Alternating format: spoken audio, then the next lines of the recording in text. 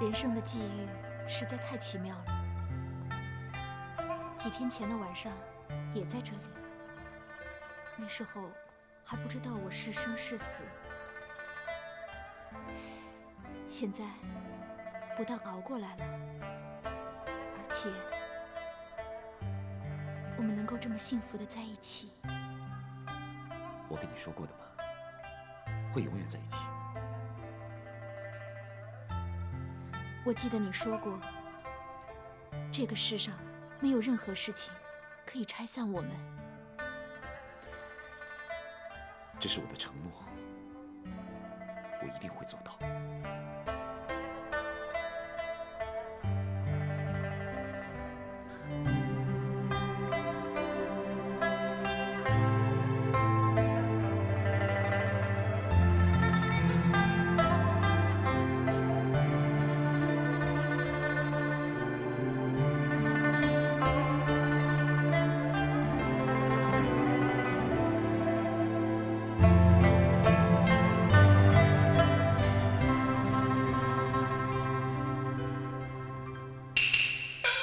从来没有违背禁令，让任何人去探监。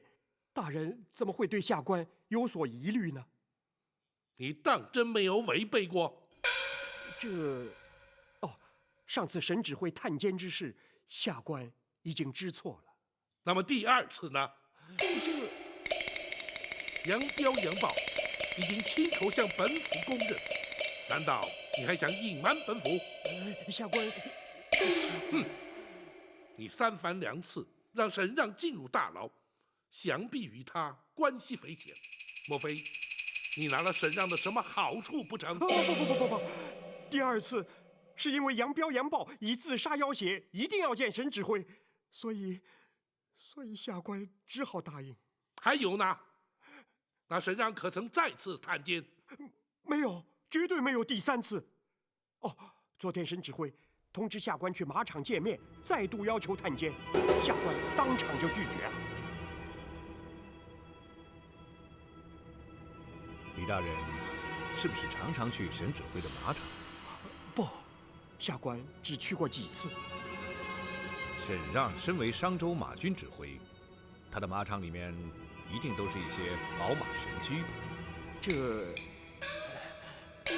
下官对马匹所知有限，所以分不出是宝马还是烈马。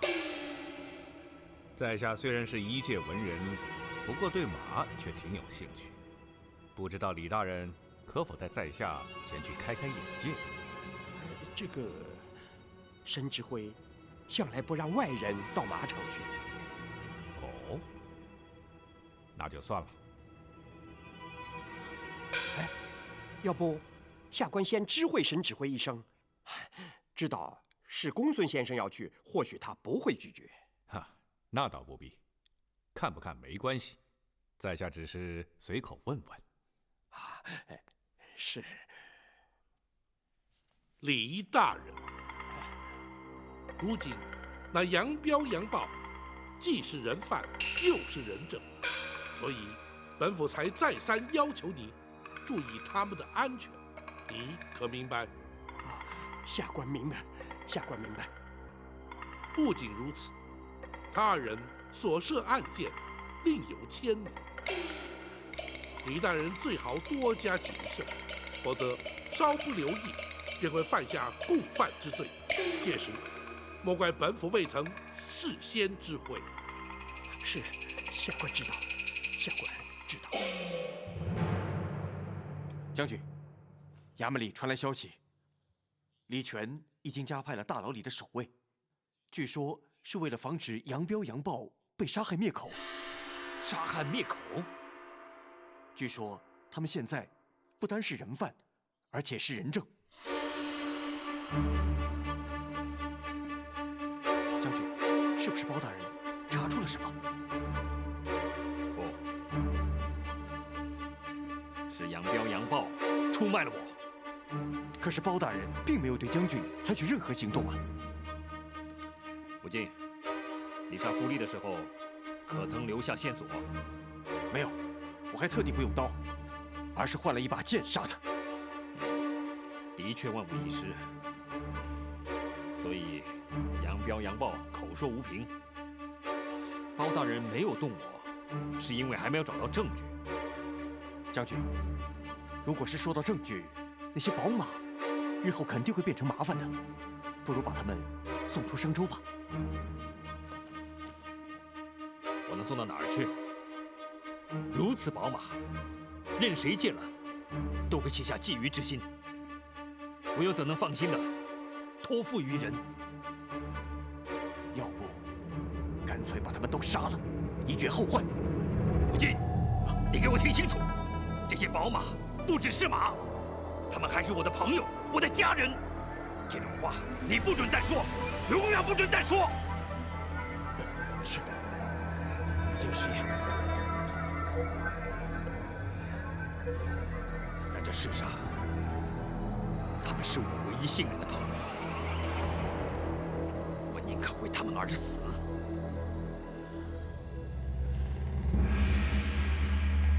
走，归。包大人，是不是已经查明了武进才是杀死傅立孙强的凶手？如今可以证实属下说的话了吧？追查凶案，岂能如此快速？本府乃是有事询问。哦，我们一定有问必答。你们可曾去过沈指挥的马场？那是他的私人马场，一般不准人进去。不过我们兄弟二人倒是经常去。他身为马军指挥，为何还需要私人马场？沈指挥有4匹价值连城的宝马，不属于马军的财产，所以派了专门的士兵在马场照顾。你们确认是价值连城的宝马？我们都是马军指挥，这一辈子都和马匹混在一起，绝不会看错。那宝马又是从何而来？这属下就不知道了，我们也不敢问。商州马军马匹的汰换情形如何？汰换的相当勤。就属下记忆所及，这3年来，在我右卫营就几乎全数换了2次。左卫营也是如此。汰换如此之勤，可是常态。在正常的状态下，不该换得这么快。不过汰换军马是马军军部的决定，营级无权干涉。你们也不曾提出质疑。这军部的说法是汰旧换新，提升战力。可是新换的马普通的很，根本就很难挑出骏马，而且还有不少烈马。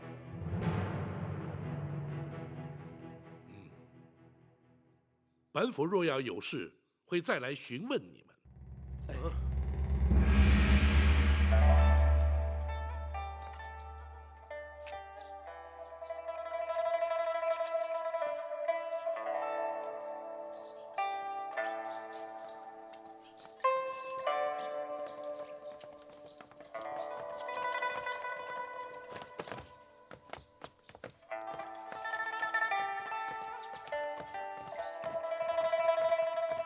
大人回来了。展护卫没有去陪伴沈姑娘，他已经好多了。大人，可以派遣任务给属下了。此案不必展护卫费心，就像本府说的那样，好好陪陪沈姑娘吧。啊！公孙先生，展护卫，大人还等着和学生研讨案情，展护卫莫要见怪。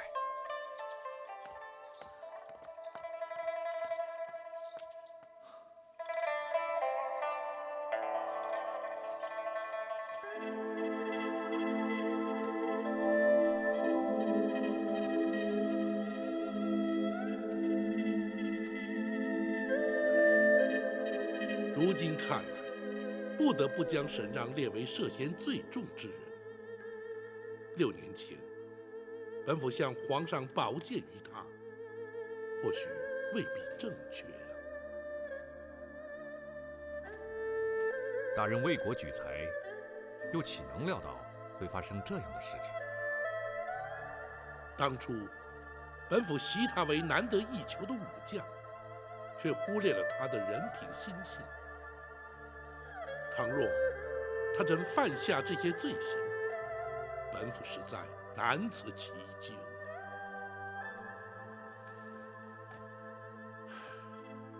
无论如何，还是先查明真相为要。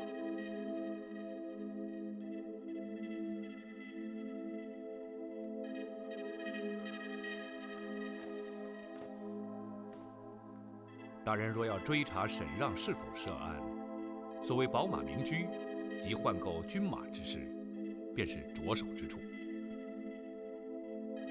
然而，李全不识良莠俊烈，杨彪、杨豹又无实证。大人，展护卫去过沈让马场，想必知道。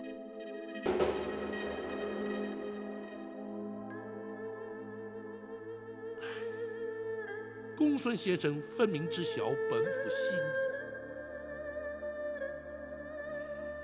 大人，请恕学生直言。请说。倘若学生换作是展护卫，无论是否面临两难之境，也不希望被排除在外。公孙先生此话怎讲？展护卫来自江湖，倘若因为涉及私人感情而失去追随大人之初衷，当初又何必投效朝廷呢？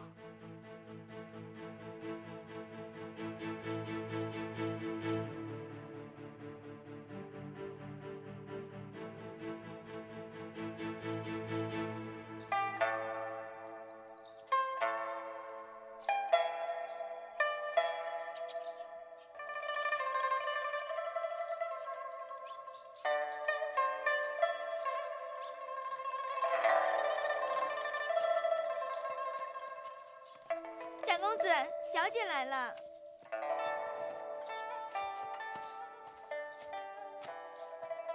怎么又出来了？在屋里实在待不住。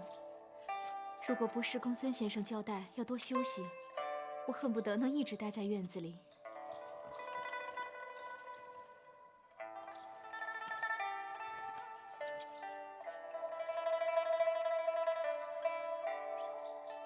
包大人他们回来了。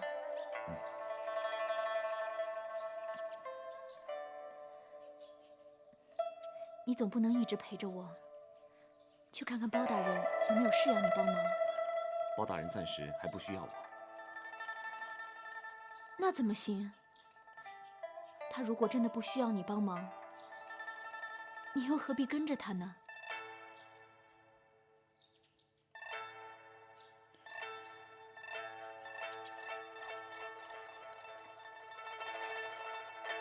你怎么了？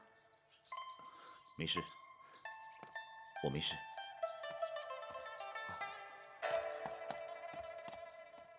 展大人，包大人请你到厅里说话。你快去吧，别管我。玉珠，我们回房休息。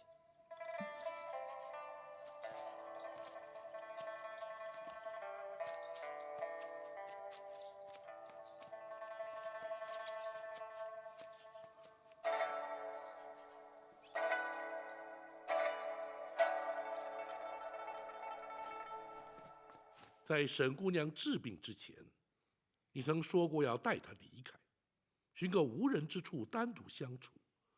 展护卫可还记得？展昭记得。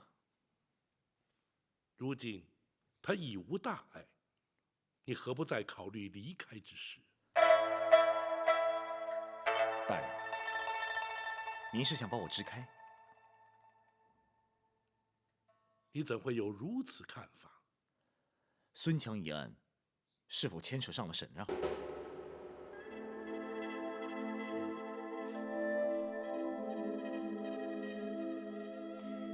请大人不必隐瞒。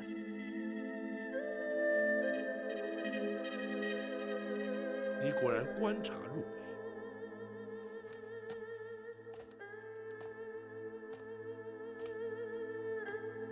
不错，沈让的确可能涉案。大人并未断言沈让有罪，一切还有待查证。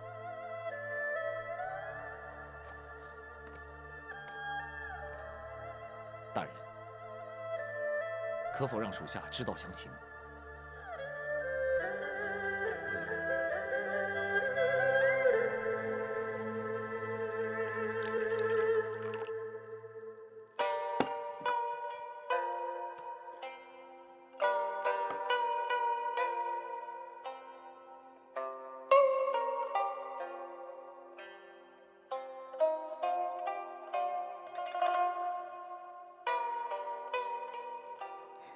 小姐，你在想什么？长公子才刚刚离开一下子，你就又想他了？我不是在想他，我是想回府去。回府？我们不是在这儿待得好好的吗？我留在这里，他每天都得陪着我，什么事也干不了，不如回府去休养，才能让他安心地帮助包大人。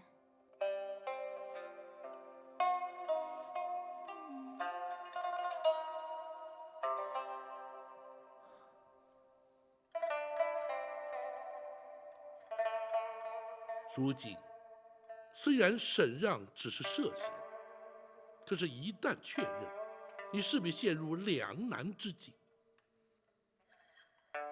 沈姑娘与他是兄妹，本府若要你去查他，对展护卫而言，又情何以堪？因此，从现在起，你必须置身事外。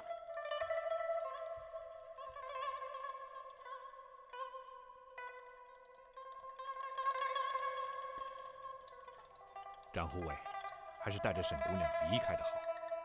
如果沈让真的有罪，沈姑娘肯定无法承受。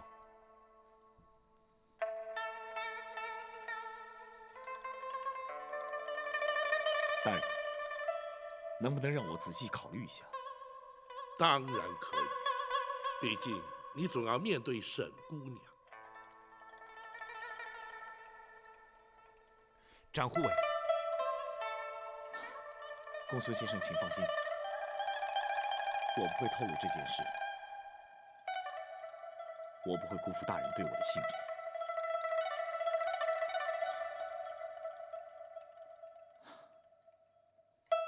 大人，马场我去过，只有一匹叫白龙的马，才能算得上是真正的名驹。那匹马由何而来？你可知道？沈让说，当年他马术夺魁之后，一位王爷送给他的。如今，他已经将白龙转送给我。送给你？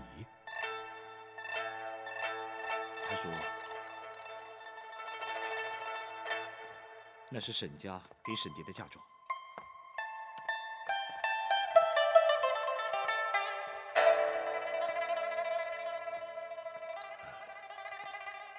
这就是本府最不愿意见到的情形。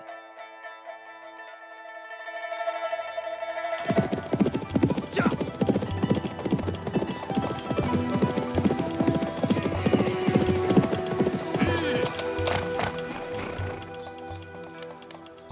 白龙，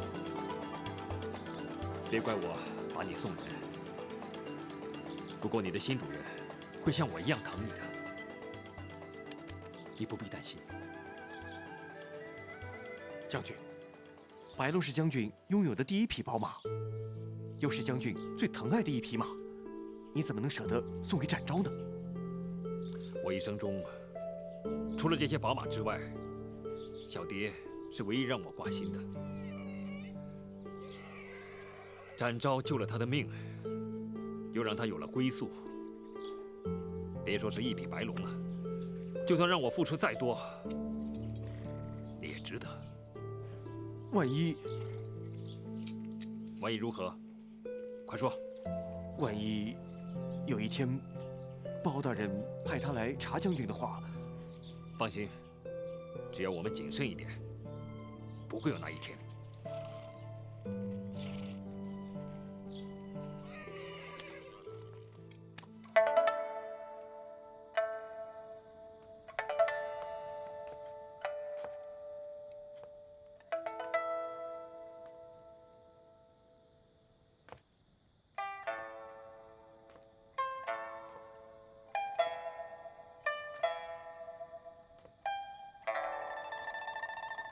小姐慢点儿。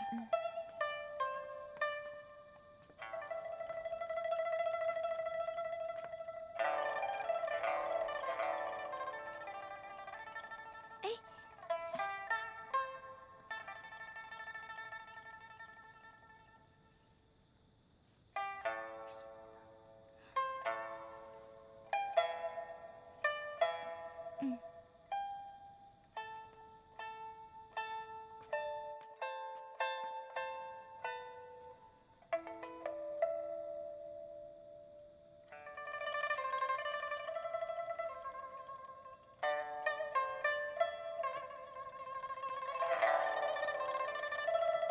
你还没睡啊？你不是也没睡吗？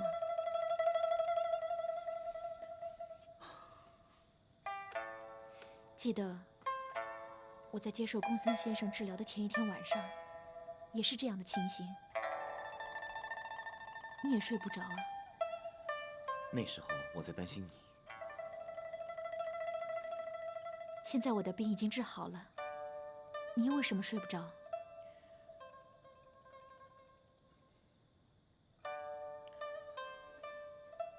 我知道，你心里一定有事。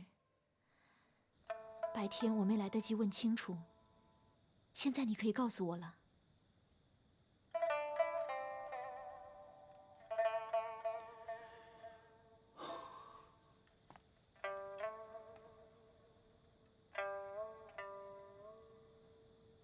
你不要担心，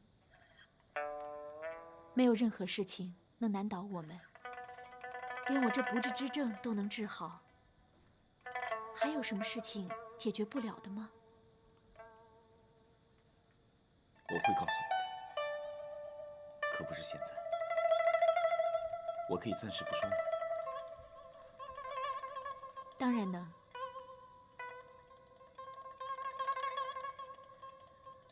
在这之前，我希望你答应我一件事。好像我记得，我也对你说过这样的话。你说过。好，现在我的回答也跟你一样，我答应你任何事情。我也只有一件。好，你说。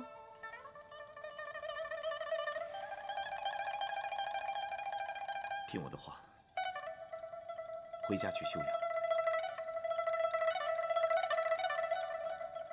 你别误会，我并不是要赶你走。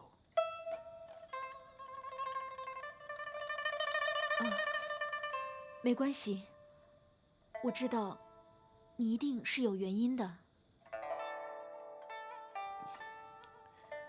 如果你继续留在这里，包大人一定会要我专心陪着你。若是这样，我就无法帮包大人办事了。我知道，其实我也不希望因为我的原因而影响到包大人的公事，更不想成为你的负担。你放心，我每天都会去看你。你不用担心我。其实，我也早就觉得应该回去。一直待在这里，打扰包大人，实在是不应该。小蝶，我说的都是真心话。其实，就算我回家去住，你也可以来看我，我也可以到这儿来看你呀。不行，你不能太累了，我去看你就行了。只要你不耽误公务就行了。这样吧，去问问公孙先生，听听他的意见。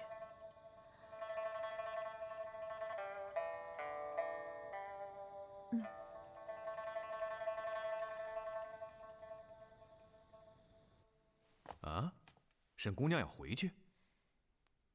如果公孙先生认为没有问题，我想明天一早就回家休养。如果单论病情，当然是回家休养最好。毕竟驿馆简陋，比不上在府里方便，而且照应的人多，也省得绿珠姑娘一个人忙不过来。公孙先生的意思是我可以回去了？可以。服药换药的事情，我会交代给绿珠姑娘。过几天我再去府上看看你的情形就可以了。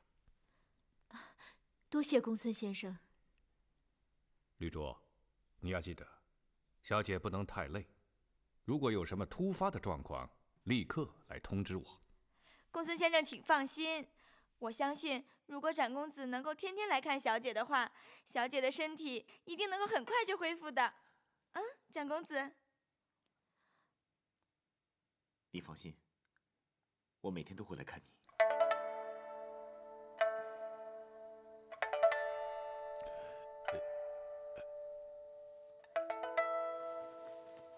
哦，沈姑娘要回家去。是的，明日一早就走，展护卫会亲自送她回去。学生跟他说，大人正在宫忙，所以没有让他来辞行。也好。像沈姑娘这样一个无辜的女孩，连本府也不知该如何面对呀。依学生推测，沈姑娘于此时离开驿馆，应该是展护卫的意思。不错，只要沈姑娘在她身边，她就更难决定。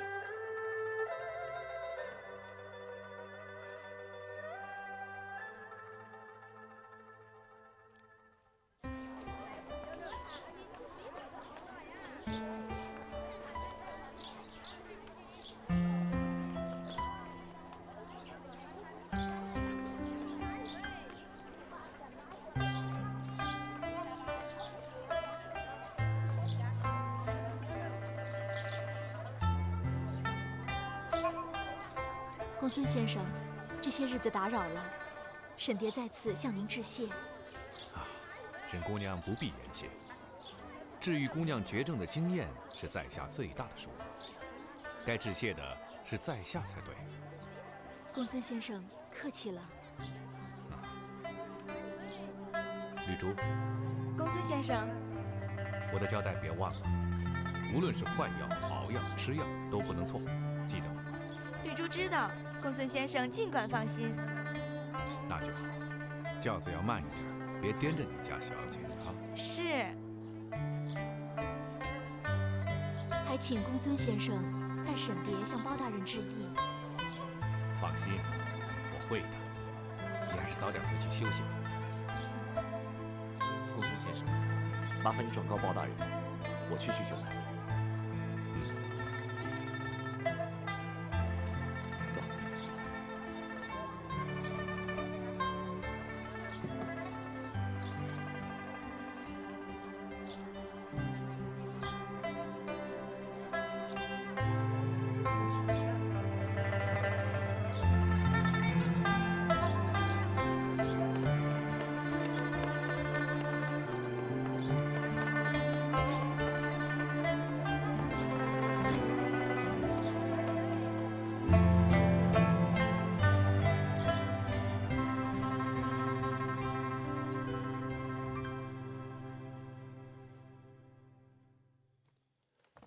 将军，什么事急成这样？小姐回府了。什么？是展昭送回来的，现在正在厅中等候将军。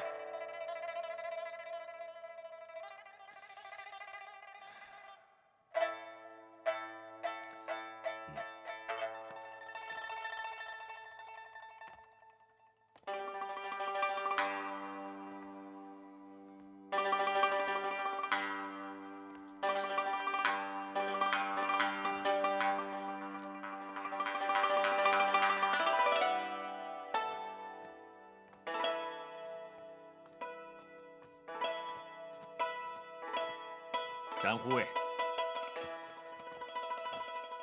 沈指挥，请坐。请。哎，小蝶呢？他有些累了，绿珠在招呼他休息。小蝶突然回来，怎么事先也不通知一声啊？是临时决定的。难道包大人打算离开商州？还没有。啊，那一定是小蝶自己吵着要回来。不，是我要他回来的。哦，这又是为什么？府上比驿馆舒适，对小蝶比较好。而且，我必须替包大人办事，也不能一直照顾他。他回来是比较好，而且不会耽误你办公事。谈不上耽误，不过也的确让我分心。这证明你的确把小蝶放在心上了。还请沈指挥不要怪罪啊！哈，怎么会呢？你又不是不来看他了。我答应小蝶每天来看他。那就好。哎，对了，包大人要你办的是什么案子啊？还是杨彪和杨豹的案子。他们两个是我商州马军左右卫营的指挥。啊，现在既然在查办他们，我也不便过问。沈指挥放心，包大人一定会秉公办理。那么案情进展的顺利吗？最近我一直在陪小蝶，我也不太清楚。现在你参与查案了，如果有需要的话，随时来找我。我们商州马军会全力配合你的。谢谢沈指挥。哎，你除了来看小蝶之外，也得抽空去马场看看白龙，他灵性的很，你应该和他多多亲近。别忘了，他是我们沈家的嫁妆哦。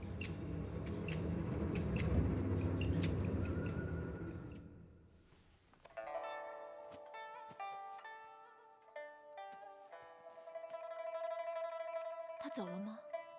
他走了，他是等将军回府后聊了半天后才走的。他们都聊了些什么呀？我哪知道呀，将军才不准我待在客厅呢，我可不敢再惹他生气了。绿珠，将军，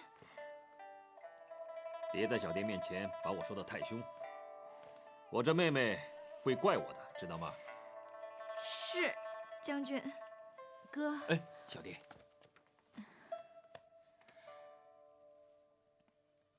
你老实告诉我，你这次回来是你的主意，还是展护卫的主意啊？是我们2个人的主意。好啊，现在已经变成我们了，把我这哥哥给排除在外了。哥，你就别再取笑我了吗？回来也好，在这儿可以好好休养。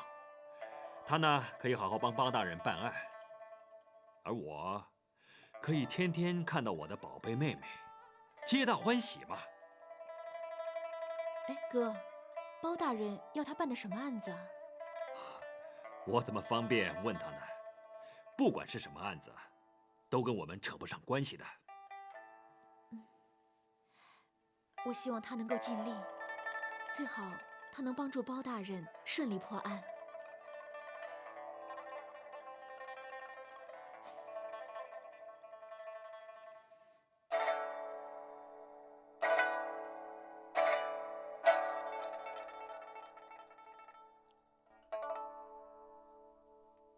你考虑过了？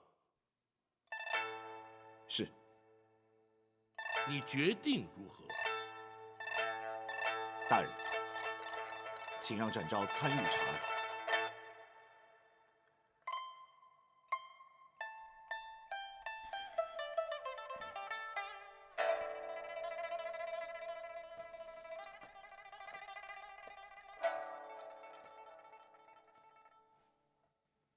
我把小蝶姑娘送回去，就是因为不希望有她在，而影响到我对查案的公正和客观。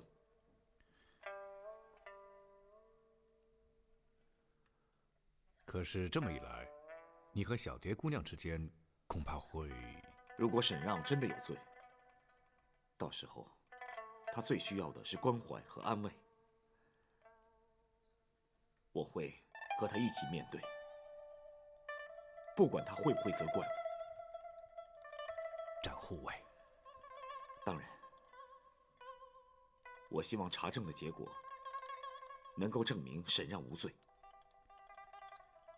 两种结果都有可能，不过展护卫要有个准备。无论结果如何，我都会坦然接受。好，既然展护卫已有准备，大人，不，我不同意。大人，本府办案一生，最不愿意见到的，就是公与私之间的矛盾。即使能够做到所谓的大义灭亲，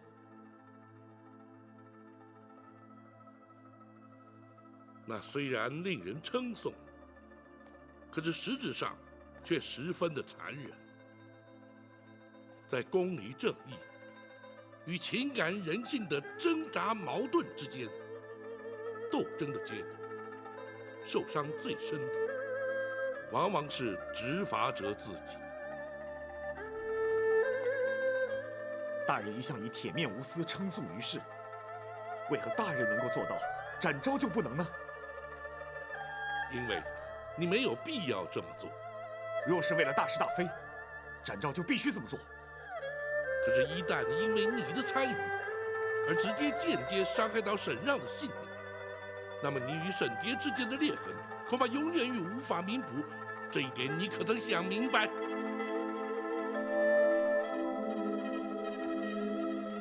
展昭出身江湖，一向讲求是非黑白、善恶对错。追随大人多年，大人对属下的言传身教，属下铭记在心。这些年，属下也从未因私而害公，更一直引以为傲。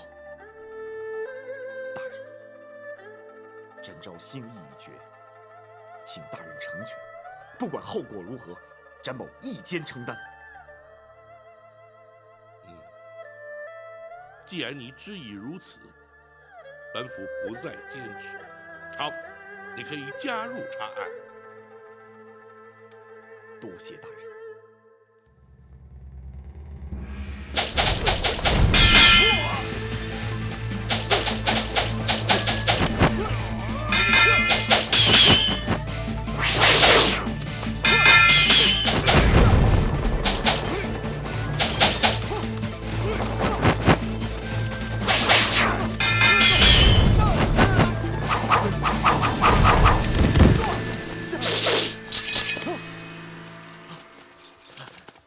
将军武功盖世，无计难以匹敌。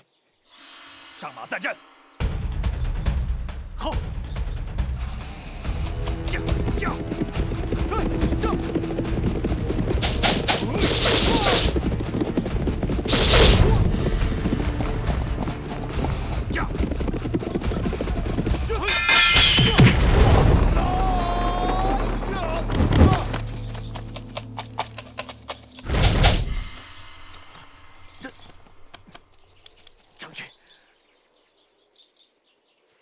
我本想借探望小蝶，随时前往驿馆观察动静。如今小蝶已经回府，你要多加留心打探，知道吗？是，估计会随时留意的。驾！驾！驾！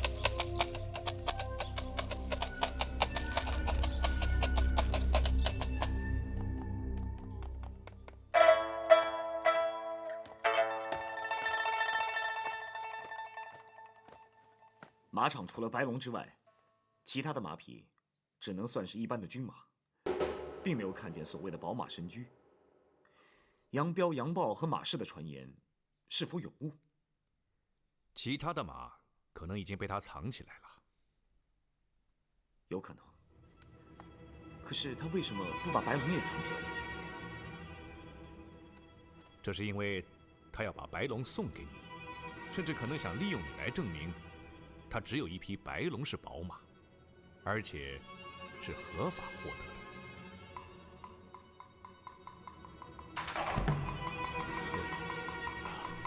展护卫，公孙先生，不必避讳，否则无法言上案情了。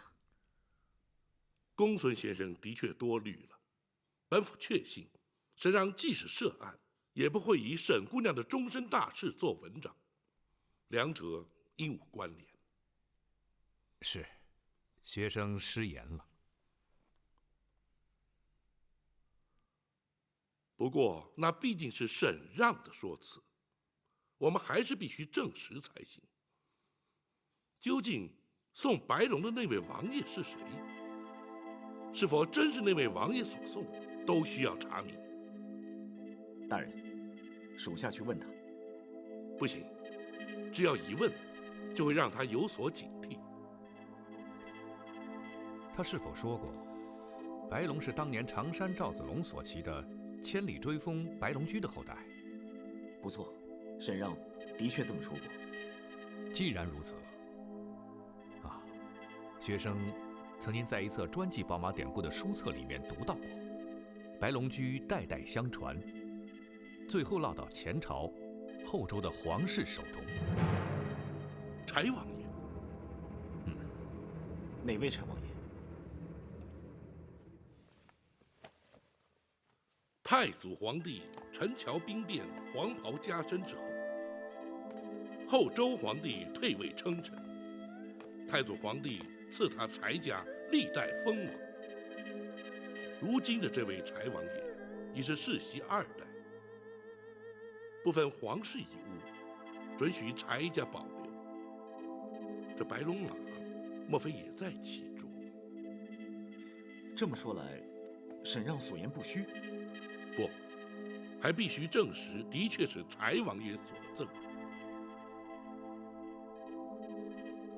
大人与柴王爷私交甚密，只要大人修书一封，快马传递，相信很快就能得到答案。不错，大人，倘若真能证明白龙的确是柴王爷所赠呢？若是如此，就必须转而追查其他宝马的藏匿之处，或者查出其他的证据，才能确认沈让的罪行。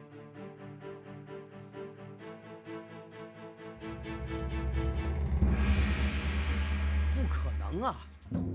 包大人，那些宝马的确在马场里。然而，据本府所知，马场之中，除却一匹白龙之外，其余皆是普通军马。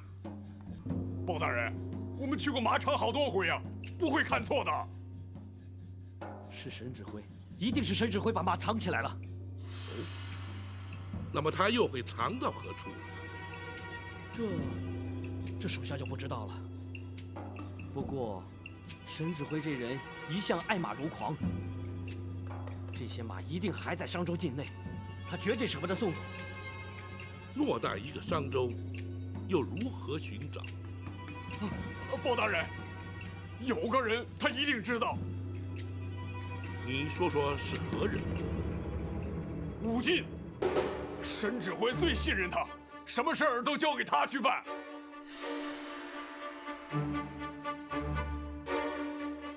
那武进究竟是什么出身？回包大人，武进是3年前随沈指挥一起来商州的。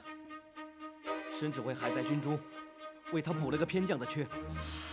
其实，他只替沈指挥办事，并不管马军中的公事。所以沈让将身边的事就交代给他。不仅是身边的事，就连马饭都是由武进负责接头的。哦，那武进又怎会与马贩有所往来？听说武进原本是个马贼，打劫用的马匹需要替补，都是由那些马贩替他找回来的。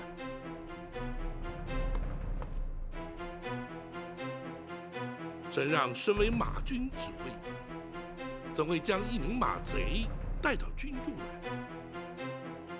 听说沈指挥曾奉令剿灭马贼，抓住了武进后，却没有上报问斩。从此以后，他就跟着沈指挥了。此事想必他们不会对外言讲，你又怎会知晓？回报大人，属下在马军10年，和那些马贩都已认识多年，是他们告诉属下的。你且将那些马贩的姓名、住处交代清楚，本府自会查明。是。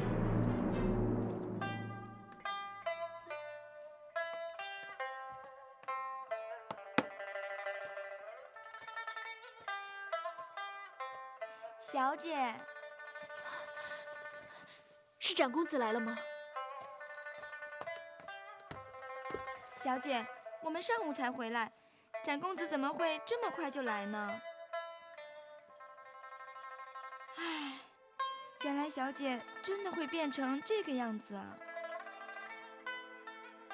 我变成什么样子啊？望穿秋水，如梦如痴，失魂落魄，神魂颠倒啊！你胡说些什么呀？这都是些什么句子？全都凑在一起了。我是在说小姐现在的情形呀。我不跟你胡说了。你刚才叫我干什么？哦，我是说还是回来住方便，还有人帮忙。在驿馆住的时候呀，真能把我给忙死。这段日子真的像做梦一样，时间虽然不长，却有这么大的变化。但是就算是做梦，也是好梦，美梦。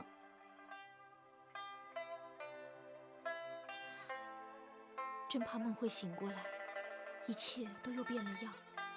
不会的，小姐，老天爷才不会对你这么残忍呢。但愿如此吧。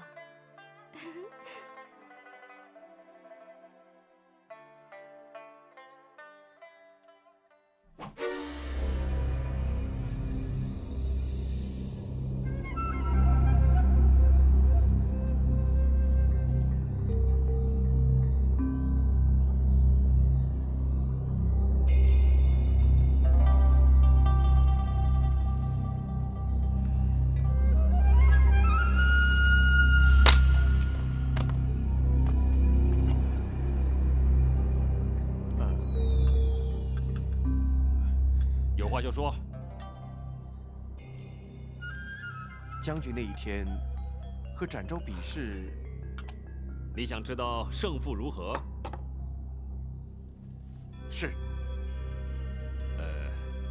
展昭的武功的确不差，虽然我们只是拳脚相搏，点到为止，可是彼此应该不相上下。如果用上将军的大刀呢？那就不同了，我用的是大刀，刀走霸气，适合马上交锋；他用的是剑，剑走轻灵，适合近身搏击。怎么？你想和他比试一下？是。不知道武进这把刀，你的长刀兼具马上近身之长，却同具其短，在马上不够霸气，近身不够轻灵，你应该不是他的对手。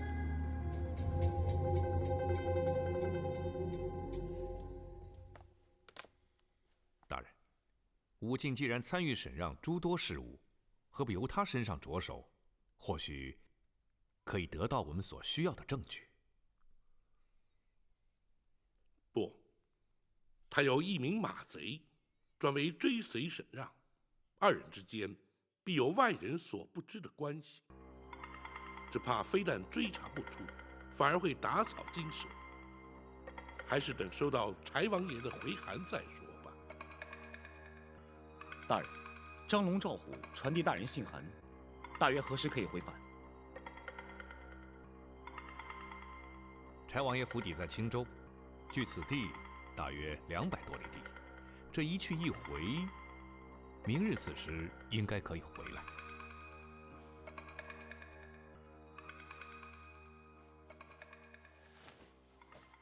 有关宝马民居之事，如今犹待查证。在此之前，可以将马军账册调出查看，借此可以查出，在汰换军马之时，沈让是否从中谋取不法利益。大人若去查马军账册，岂不是让人有了防备？公孙先生素有过目不忘之能，倘若只在当场查阅而不带回驿馆，想必不致起人疑窦。公孙先生，学生在。叫李全通知沈让，明日前往州衙与本府见面。是。大人，属下要做些什么？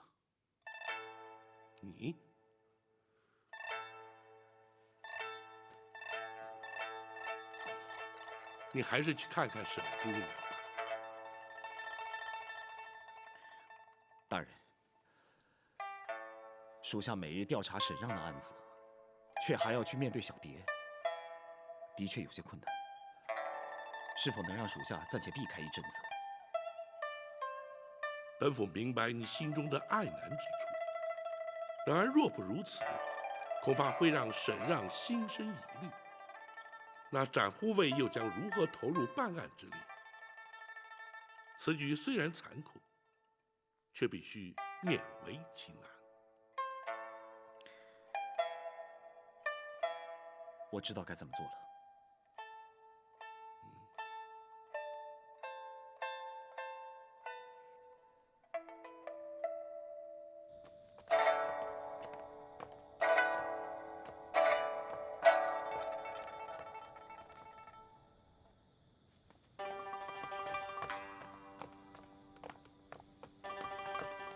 展护卫，申指挥，包大人已令李全李大人通知我前往州衙，你又何必再跑一趟？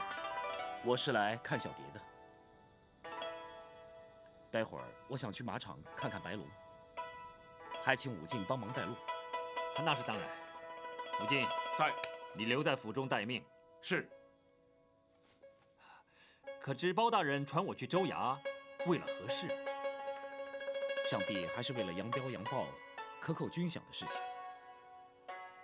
说来惭愧，律下不严，却让包大人费心。沈指挥虽有疏忽之错，但毕竟犯错的是扬标和扬报，相信包大人只会对沈指挥略施薄惩而已。那么，孙强的命案又查得如何了？依包大人推测，应是扬标扬报所指使。只是案情的内容，请恕在下不能多谈。那当然，是我多此一问了。来人，带展护卫去见小姐。是。啊，请。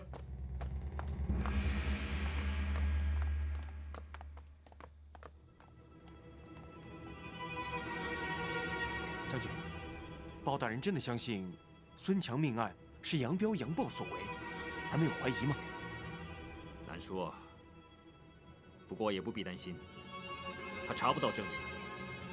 这2天包大人几次前往州衙，提问扬标扬报，如今再传将军前去问话，武进担心。放心吧，我自会应对。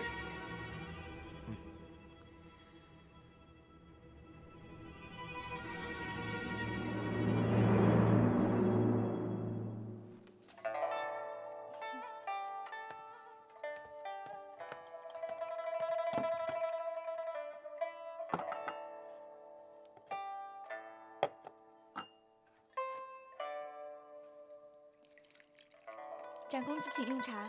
谢谢。小姐，我去加点热水。你和展公子也可以说说贴心话。这丫头，去吧。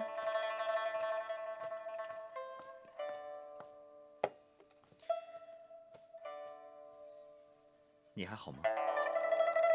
我昨天才回来的。你说能坏到哪儿去？我是在担心你。我没事的，你不是帮着包大人办案吗？怎么现在有空过来呢？包大人去了州衙，包大人也去了州衙。那哥哥是去州衙见他了。包大人找哥哥去干什么？包大人是开封府尹，商州归他管辖，找你哥哥只不过是例行公事，这很正常。吓了我一跳，我还以为包大人查的案子和哥哥有关呢，害得我担心了半天。好了，我得走了。刚来就要走啊？我答应过你哥哥，抽空去看看白龙。吴静还在等我呢。你应该多去看看白龙，他很有灵性的。你也常去马场？我不常去，我只敢骑在白龙背上。他好像认识我一样，每一次步子走得特别稳。好了，让武静等太久不好。你虽然会武功，不过骑马要小心呢。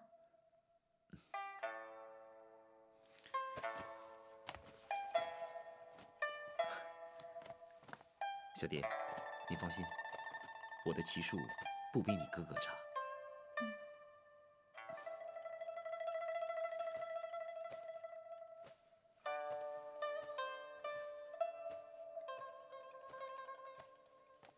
哎，小姐，长公子怎么走了呀？他去看白龙了。哦，我知道了，原来新姑爷呀去检查嫁妆去了。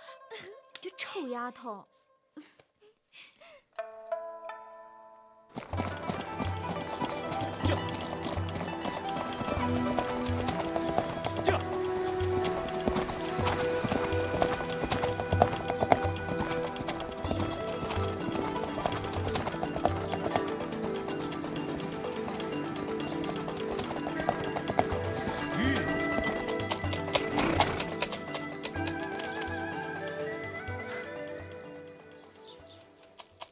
的确是匹好马，这是将军最爱的一匹。那其他的呢？将军爱马，每一匹都是他的珍宝。这些都是好马，可是比起白龙，就差多了。宝马良驹，岂可多得？哼，不错，能遇上一匹，已经难能可贵了。听将军说，你的武功很高。那是沈指挥抬举我了。哼，将军的武功也很高，我曾经是他的手下败将。是吗？听将军说，你和他打成平手。那只不过是过过拳脚，点到为止。如果用兵器呢？没有交过手，很难定论。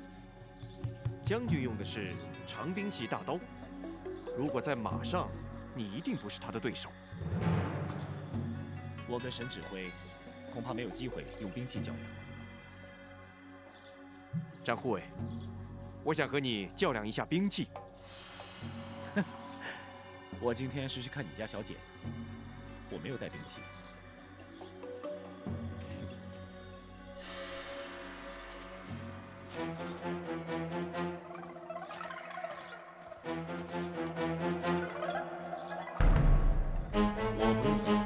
那是我的。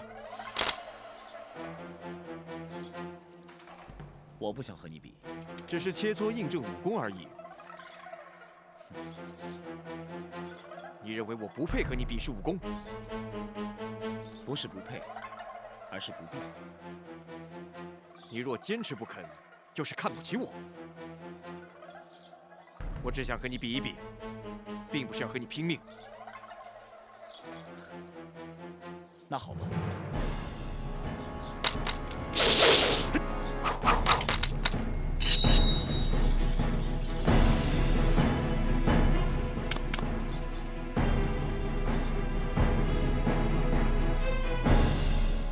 末将参见包大人。沈指挥免礼。谢包大人。